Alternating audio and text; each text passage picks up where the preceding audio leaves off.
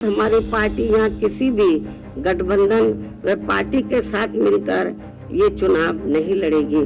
कुछ ही घंटों के अंदर बीएसपी प्रमुख के प्रति गिरगिट की तरह अपना रंग बदला है।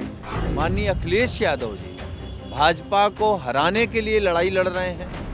तमाम कयास, कवायद और किस्सा गोई के बीच बीएसपी सुप्रीमो मायावती ने अपने जन्मदिन पर ऐलान कर दिया कि ना इंडिया ना एनडीए की साथी, बल्कि 2024 के चुनाव में अकेला चलेगा बीएसपी का हाथी, यानी अकेले चुनाव लड़ेगी बसपा। हमारी पार्टी लोकसभा के आम चुनाव अकेले ही लड़ेगी तथा देश की जातिवादी, पूंजीवादी, संकीर्ण व सांप्रदायिक सोच रखने वाली सभी विरोधी पार्टियों से अपनी दूरी बना के रखेगी।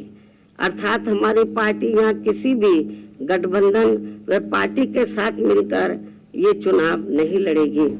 अकेले चुनाव लड़ने के ऐलान में मायावती ने नफा और नुकसान का जिक्र करते हुए कहा कि गठबंधन में दूसरे दलों को ज्यादा फायदा मिला है बीएसपी के बजाय।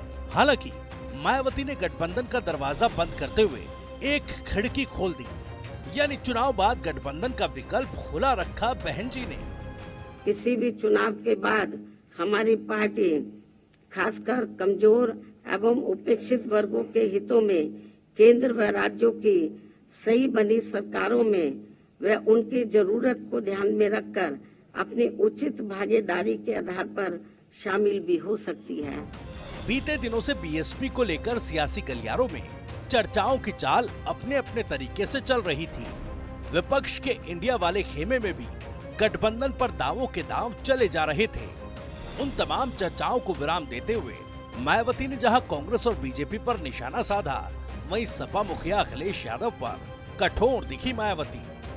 विपक्ष के इंडिया गठबंधन को लेकर जिस प्रकार से सपा मुखिया ने एक सोची समझी रणनीति के तहत बीएसपी के लोगों को गुमराह करने के उद्देश्य से कुछ ही घंटों के अंदर बीएसपी प्रमुख के प्रति गिरगिट की तरह अपना रंग बदला है, तो उससे भी पार्टी के लोगों को जरूर सावधान रहना। अब मायावती ने अपने पत्ते खोले तो सियासी गलियारों में भी सुगबुगाहट शुरू हो गई। मायावती के ऐलान से विपक्षी खेमे को मायूसी हाथ लगी, वहीं बीजेपी ने भी वार पर पलटवार किया।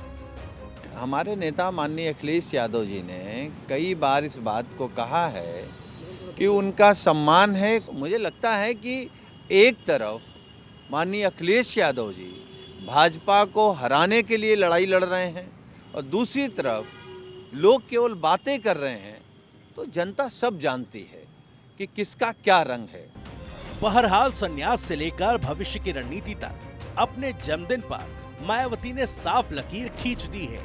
वहीं गठबंधन को लेकर मायावती के बयान पर सियासी मायने भी निकाले जा रहे हैं। ऐसे में अहम सवाल यही है कि मायावती ने जो किया है एकला चलने का ऐलान, वो किसका करेगा नफा और किसका नुकसान।